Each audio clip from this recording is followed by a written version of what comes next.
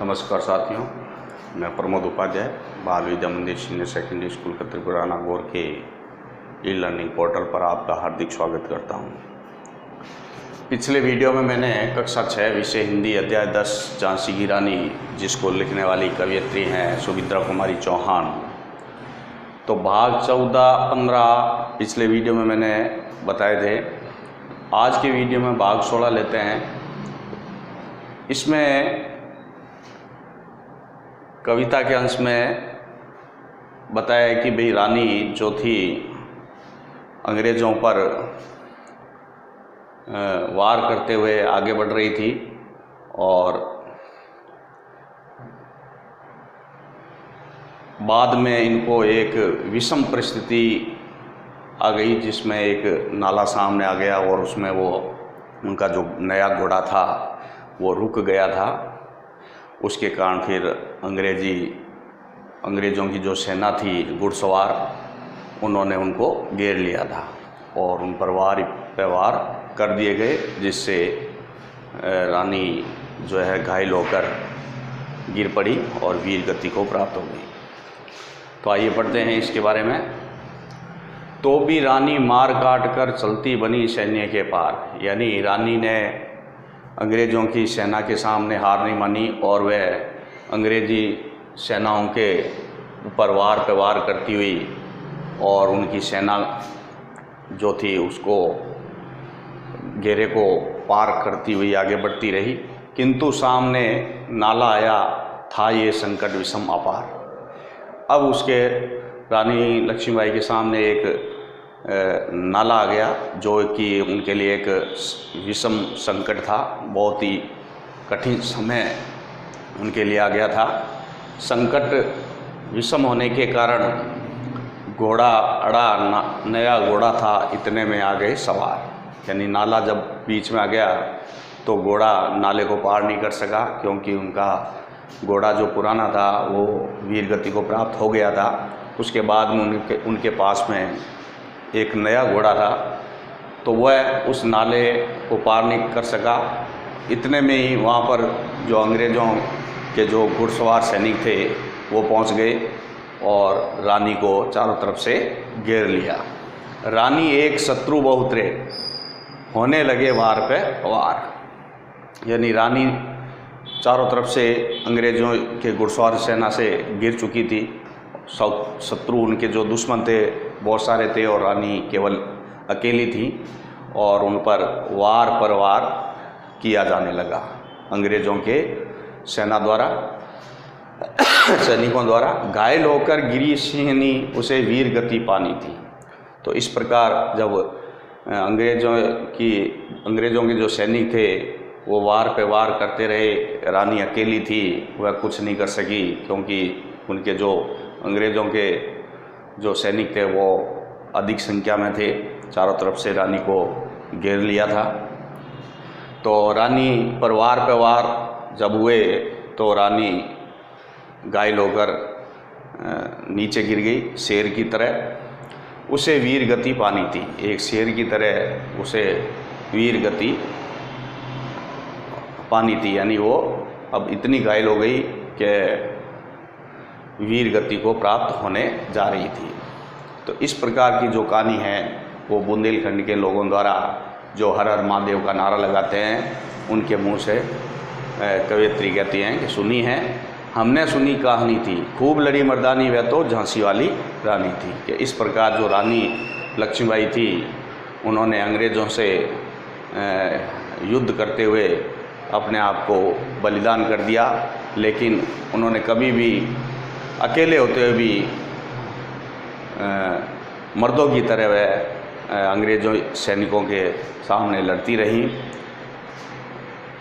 और वह घायल होकर अंत में जब उनके सामने एक विषम संकट आ गया कि नाला घोड़ा पार नहीं कर सका और घोड़ा नया था, इसके कारण वह नाले को पार नहीं कर सका, तो उनको चारों तरफ से अंग्रेज़ी सैनिकों ने घेर लिया था, इसलिए वह बच नहीं सकी। तो ये कहानी इसमें बताई गई है। इसको आप नोटबुक में नोट कर लें और इसको आप घर पर बैठकर पढ़ते रहें। बहुत अच्छी कविता है, वीरता की कविता है। वीरता के गुण किस प्रकार के होने चाहिए, झांसी की रानी लक्ष्मीबाई के इन गुणों को हमेशा अपनाना चाहिए और कभी भी घबराहट और भय नहीं होना चाहिए और हमेशा साहस, धैर्य, धर्म और विवेक साथ में होने चाहिए। कविता के अंश में बताया गया है कि जब झांसी की रानी लक्ष्मीबाई परलोक चली गई, अंग्रेज़ों से लोहा लेते हुए वीर गति को प्राप्त हो गई, तब भी झांसी की रानी लक्ष्मीबाई की जो चिता थी वो एक दिव्य सवारी की तरह थी और वो हमें मरते मरते एक सीख भी दे गई कि भारत को अंग्रेज़ों से किस प्रकार मुक्त करना है, आज़ाद करना है और दूसरे देशों के आए हुए व्यापारी और दूसरे देशों से जो है हमें अपने भारत देश को किस प्रकार आज़ाद रखना है, स्वतंत्र रखना है। तो आइए जानते हैं इसमें क्या बताया गया है झांसी की रानी लक्ष्मीबाई के बारे में।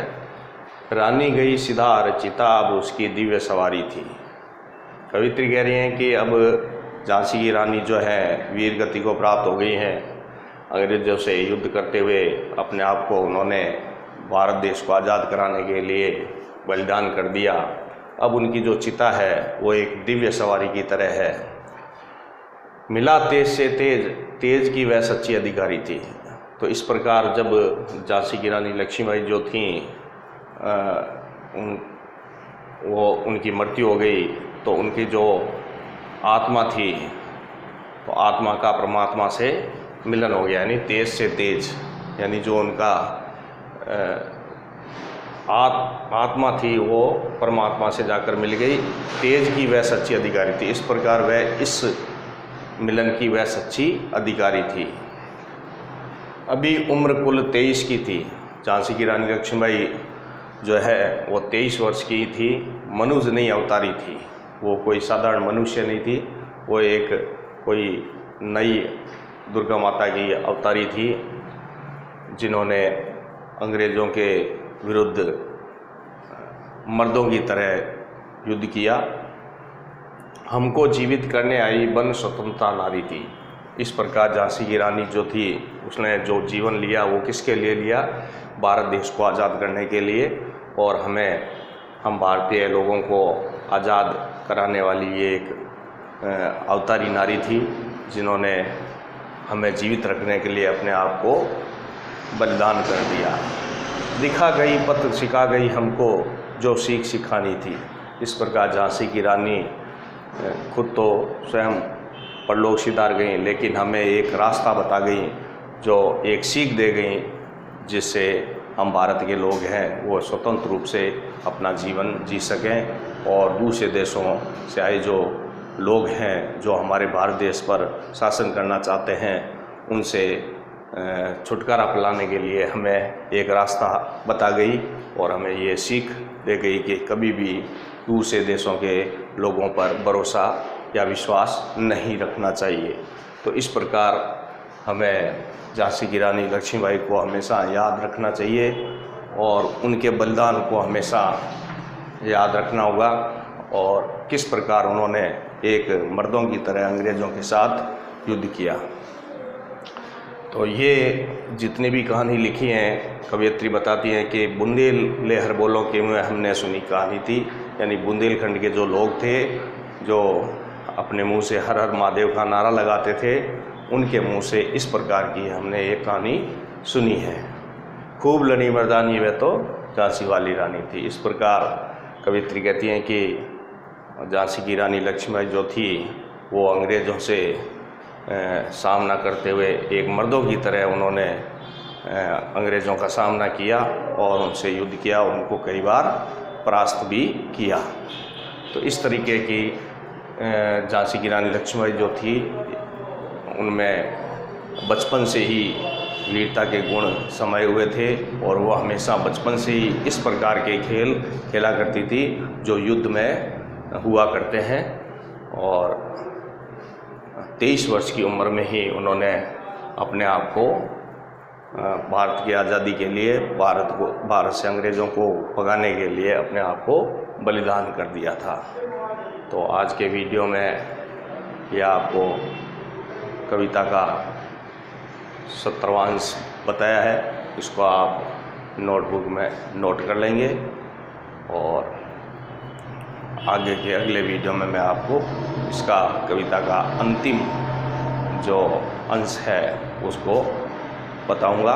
तब तक के लिए धन्यवाद।